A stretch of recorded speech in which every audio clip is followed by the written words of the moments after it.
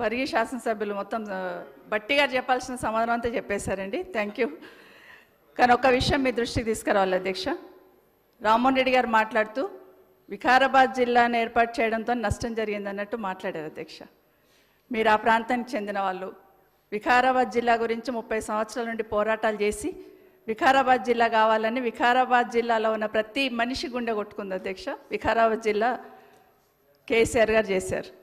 ఇప్పుడు ఎమ్మెల్యే గారు మాట్లాడుతూ, గౌరవ శాసనసభ్యులు మాట్లాడుతూ వికారాబాద్ జిల్లా వల్ల నష్టం జరిగింది. ఈరోజు వికారాబాద్ జిల్లా వచ్చింది కాబట్టి తాండూరులోనో బషీరాబాద్లోనో వెనకాల తాండూరు ఎమ్మెల్యే గారు కూర్చున్నారు. బషీరాబాద్ మారుమూల నుండి, తాండూరు మారుమూల నుండి హైదరాబాద్కు వచ్చి రంగారెడ్డి కలెక్టరేట్లో చేయాలంటే ఎంత ఇబ్బందులు పడేవాళ్ళు. ఇప్పుడు వికారాబాద్ పోయి ఏ విధంగా పరిష్కరించుకుంటుండే అనేది మీ దృష్టి తీసుకొస్తున్నాను అధ్యక్ష.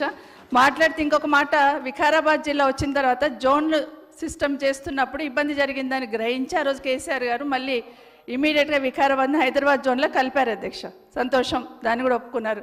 వికారాబాద్ జిల్లా వచ్చింది కాబట్టి ఈరోజు జిల్లాకు ఒక కోర్టు వచ్చింది. వికారాబాద్ జిల్లా వచ్చింది కాబట్టి ఈరోజు ఒక మెడికల్ కాలేజ్ వచ్చింది. వికారాబాద్ జిల్లా ఉంది కాబట్టి ఈరోజు ఒక నర్సింగ్ కాలేజ్ వచ్చింది.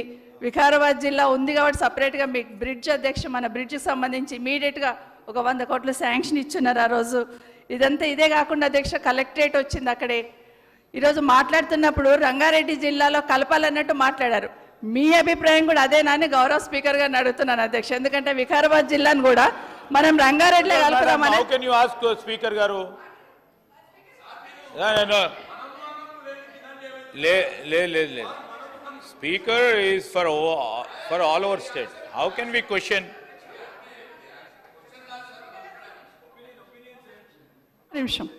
ఎందుకంటే రామ్మోహన్ రెడ్డి గారు మాట్లాడుతూ మన ప్రాంతం అని మాట్లాడున్నారు కాబట్టి వారి అభిప్రాయం కూడా మీ అభిప్రాయం అని అడుగుతున్నాను అంతే. దానికన్నా ఇంకేం లేదండి.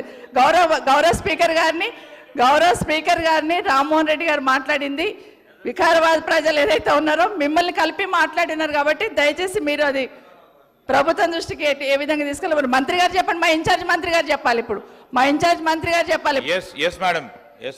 ఇప్పుడు మా గౌరవ శాసనసభ్యులు ఏం చెప్పారంటే, బ్రాడ్గా తీసుకుంటే డివిజన్ ఈ రంగారెడ్డి జిల్లాకు సంబంధించి కానీ బ్రాడ్గా ఈరోజు రాష్ట్రానికి సంబంధించిన జిల్లాల ఏర్పాటు కూడా సైంటిఫిక్గా జరగలేదు, శాస్త్రీయబద్ధంగా జరగలేదు అనే ప్రధానంగా చెప్పడం జరిగింది.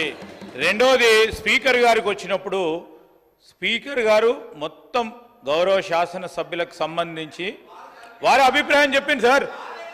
వారి అభిప్రాయం చెప్పిండ్రు. వారు చెప్పిండ్రు. I request honorable member who is also a senior member, who was also the minister for a long time, don't please include the chair and don't try to pull speaker గారిని మన డిస్కషన్స్ లో pull చేయొద్దని మేము గౌరవ సభ్యులను కోరుతా ఉన్నాం. పాయల్ శంకర్ గారు 1 minute. రామ్మోహన్ రెడ్డి గారు చెప్పండి. రామ్మోహన్ రెడ్డి గారు, నేనేమంటున్నా అధ్యక్ష అంటే ఒక శాస్త్రీయ పద్ధతిలో ఒక జ్యుడిషియల్ కమిషన్ వేయాలని గౌరవ ముఖ్యమంత్రి గారు కోరుతున్నారు అధ్యక్ష. 14,000 ఒక మండలం ఉంది అధ్యక్ష. 14,000 జనాభాకు ఒక మండలం అధ్యక్ష. దానికి ఒక ఎంఆర్ఓ ఆఫీసు, ఎండి ఆఫీసు, ఒక పోలీస్ స్టేషన్ ఉండాలి అధ్యక్ష. ఇదేంటి అధ్యక్ష? నేనేమంటున్నా అధ్యక్ష అంటే జ్యుడిషియల్ కమిషన్ ఏర్పాటు చేసి తారతమ్యాలు లేకుండా ఒక 40-50 వేల మందికి ఒక మండలం ఉండాలి అధ్యక్ష. ఆ విధంగా చేసి ఒక 7 నియోజకవర్గాలకు ఏదైతే ఒక పార్లమెంటుకు ఒక జిల్లా చేయాలని చెప్పి అది నా యొక్క కోరిక అధ్యక్ష.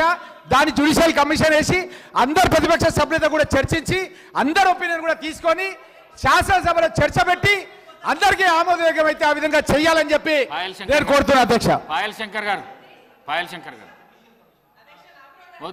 డివియేషన్ అయిపోతుంది. ప్లీజ్ సబ్జెక్ట్ డివియేషన్ అవుతుంది. బడ్జెట్ మాట్లాడు అధ్యక్ష. మొదటిసారి అధ్యక్ష, థ్యాంక్ యూ అధ్యక్ష.